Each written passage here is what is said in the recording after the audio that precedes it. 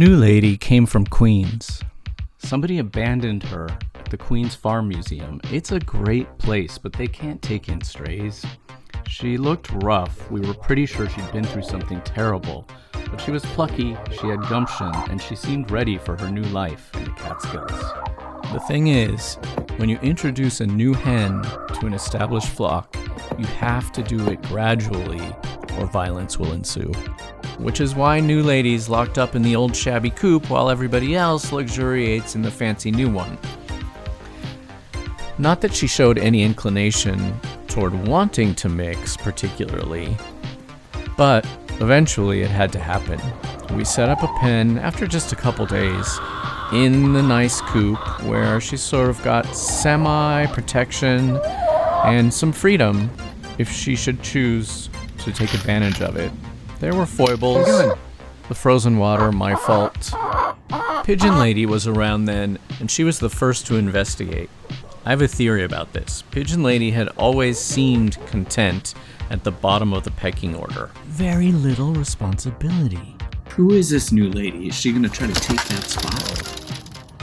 I don't think Pigeon Lady really needed to worry. Not that I would presume to know what a chicken worries about or thinks or feels. Still, she must have noticed New Lady's initiative. Let's pause for a reminder.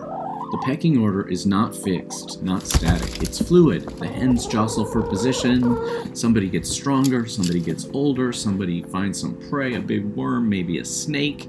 Things change, and I believe they know this. Which brings me to the morning I go out to the coop and find New Lady is not in her pen. I look around, I make my way to the inner coop and find her roosting with Hawk Lady, elder queen of the flock. Now, it's not like New Lady was jostling for some high position in the pecking order. It wasn't that really, it was like she was investigating.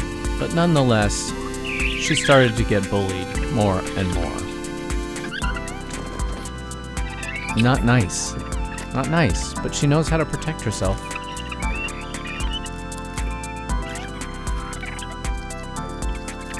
It's not really very surprising that she became kind of a loner, kind of revenant style sometimes. Yet, she'd get in there, not afraid. Strategic, I'd say. She'd follow the flock, and then she'd take another route. Go to the side, occupy the perimeter, the margins, and then find herself out in front. See what that's like. What might happen then?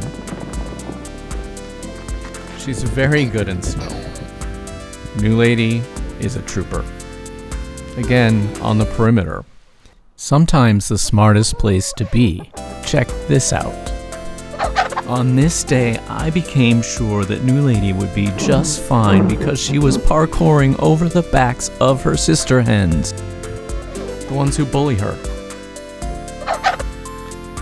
Soon after that, she showed a new inclination. An inclination toward domestic living, human style, and cat style.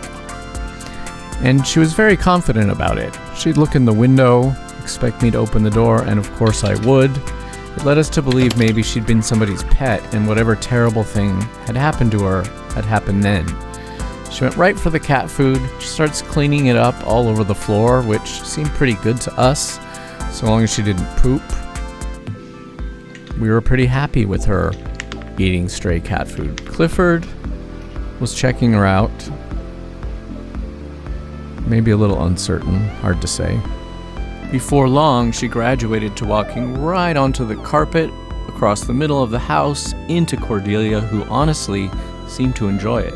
And then she'd just make her way out as casually as she'd come in. Although, occasionally, she'd add a dramatic flourish.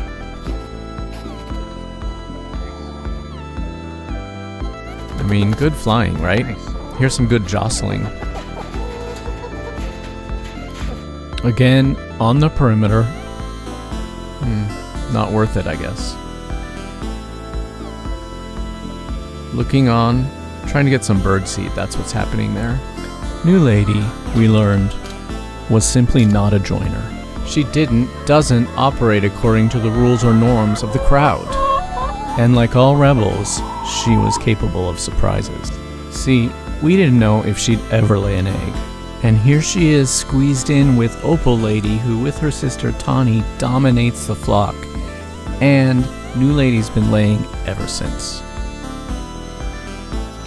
And so, as it does, winter turned into spring, and New Lady continued to do her own thing. Parallel play style. Both with the other ladies and with Cordelia. She was making the land her own. She'd snatch whatever treats were on offer, and she availed herself of the security that being part of a flock entails. And that's really what it's about, being part of a flock. Survival.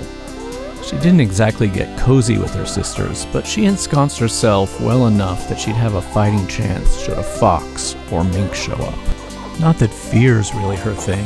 For example, she loves pecking my camera. In short, she made our home hers. She got wet with grace. She explored for food, and check it out. Thirsty? Maybe not thirsty enough, but eventually she'd get in there, and check it out, the other ladies, including Buffy here, would make way for her. Here they are eating some apples. Again, New Lady on the perimeter, but just watch. She gets her own apple. She knows what's up, takes it to a new spot, and devours the hell out of it. And so we knew she'd be okay. But then one night, I go out to the coop and she's at the top of the roost above everybody. What? And that's the story of New Lady. And it really is a story of redemption, even if that's not the whole story. Remember, the pecking order, it's complicated. It's fluid, like I said. It's summer now, and New Lady has made herself integral to all our lives, like she's always been here. But that fluid pecking order does not make for easy resolutions. And therefore, New Lady's story, like so many of the best stories, is ongoing. It continues.